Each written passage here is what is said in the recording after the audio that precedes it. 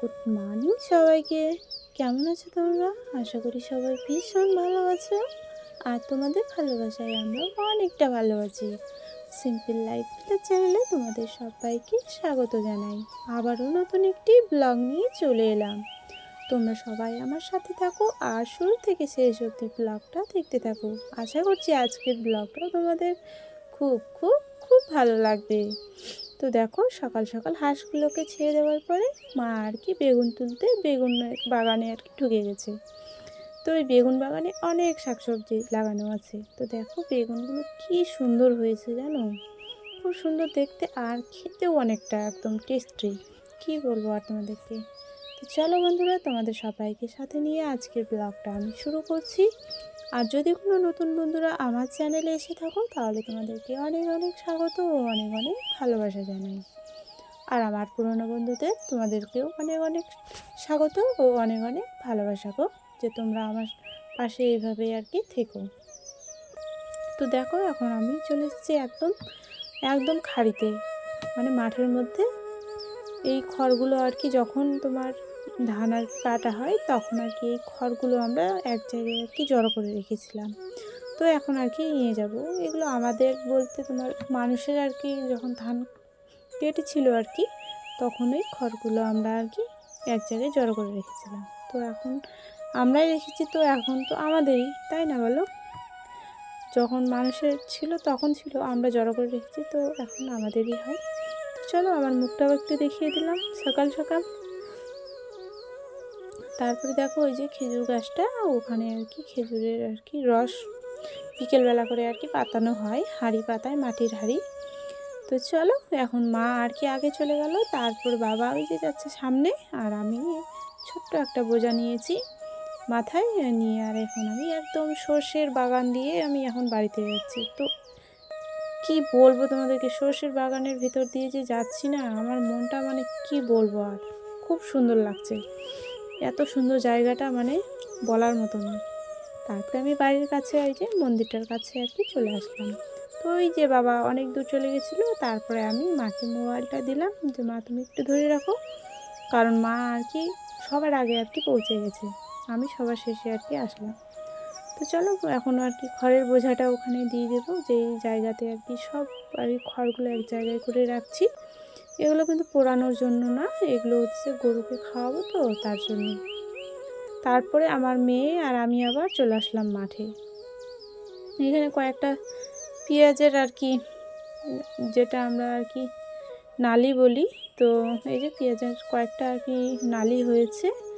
তো ওগুলো এখন আমি আর কি তুলে নিয়ে যাব, আমার মেয়ে আর কি বলে ভাজা খাবে।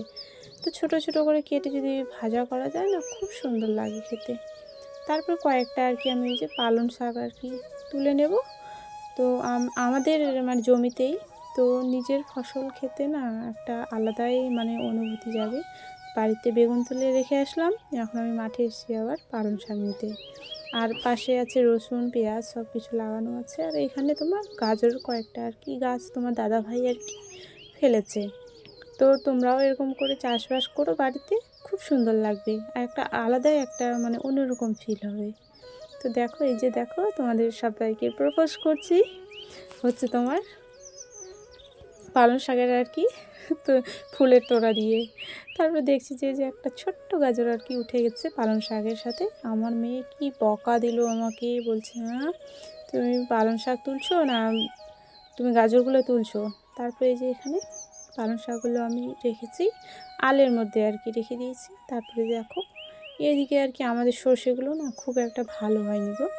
তারপরে এইদিকে দেখো রসুনগুলো অনেকটা আর কি লাগিয়েছি এবার। তারপর মাঠ থেকে এসে এখন আমরা হচ্ছে আমি এখন তরকারি আগে কাটতে বসে গেছি। তো এখন ওই যে পেঁয়াজের কয়েকটা আর কি পাতাও নিয়েছি, এগুলো দিয়ে আর কি আমি শীতলের তরকারি রান্না করব। তো দুটো বেগুন দেব, আর পালং শাকগুলো সবগুলোই আমি কেটে আর কি দিয়ে দেবো। আর কয়েকটা রসুনের পাতা নিয়েছি আর কয়েকটা পেঁয়াজের পাতা, তো ওগুলো দিয়ে আজকে আর কি রান্না হবে। তো চলো, আমি এগুলো আর কি কেটে রান্না করি, তোমরা সবাই আমার সাথে থাকো আর শেষ অবধি ব্লগটা আর কি দেখতে থাকো, তোমাদের আর কি ভালোই লাগবে। তো প্রত্যেক দিন আমি যা কিছু করি সেগুলোই তোমাদের সাথে শেয়ার করি গো। তো বন্ধুরা তোমরা আর কি আমার পাশে এইভাবেই থেকো সারা জীবন, যতদিন আর কি আমি এই আর কি ইউটিউবে ভিডিও করি ততদিন আমার পাশে থেকো, আমার খুব ভালো লাগবে।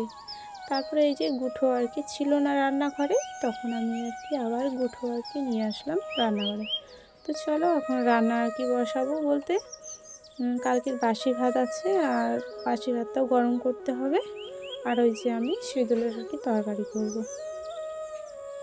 তারপরে যে এই যে এখানে আমার মেয়ে আর কি ছোটো ছোটো করে ওই পেঁয়াজের যেগুলো নালি ওগুলো আর কেটে রেখেছে, ও ভাজা খাবে তার জন্য। আগে জল দিয়ে ভালো করে পরিষ্কার করে ধুয়ে নিলাম, তারপর কড়াইয়ে একটু তেল দিয়ে হালকা একটু লবণ হলুদ দিয়ে আর কি মেয়েকে রান্না করে দেবো। তো ওই স্কুলে আর কি খেয়ে যাবে। তো সকালে যে বাসি ভাতটা ভেজে নেব, আর হচ্ছে তোমার পেঁয়াজের নালি ভাজা আর কি খেয়ে যাবে। তো সকালবেলা এইসব খেয়ে আর কি আমরা থাকি, কখনো মুড়ি খাই। তো আমরা মুড়ি খাবো, একটু আর কি ছিল তোমার বাসি ভাত, তো ওগুলো আর কি গরম করে নেব। আর এইদিকে আকাশের আর কি আবহাওয়াটা ভালো নেই, তো ওই জন্য আবার মাঠের দিকে আসলাম। মাঠের দিকে এসে দেখছি যে বাবা আর মা এই যে গুঁঠোগুলো আর কি ঢেকে দিচ্ছে, কারণ বৃষ্টি হতে পারে তার জন্য। তো ওই যে পলাতিন আর তিরপল দিয়ে আর কি দিচ্ছে ঢেকে। আর দেখো এখানে আর কি খেজুর গাছটা এত সুন্দর লাগছে দেখতে, কি বলবো তোমাদেরকে। তো খেজুর গাছের আর কি পাতাগুলো নেই, মানে ডালগুলো নেই, কমে গেছে। তো নাহলে আরও খুব সুন্দর লাগতো দেখতে।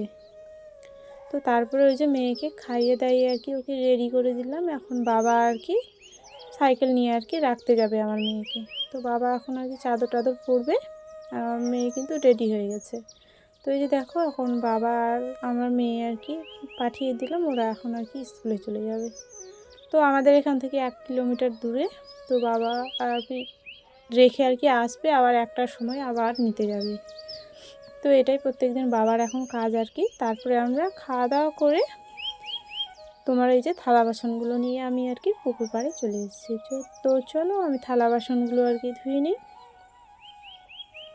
তারপরে আবারও দেখা হবে আর কি অন্য কোনো ব্লগে, কারণ আজকের ব্লগটা আমি এখান থেকেই শেষ করতে চাইছি।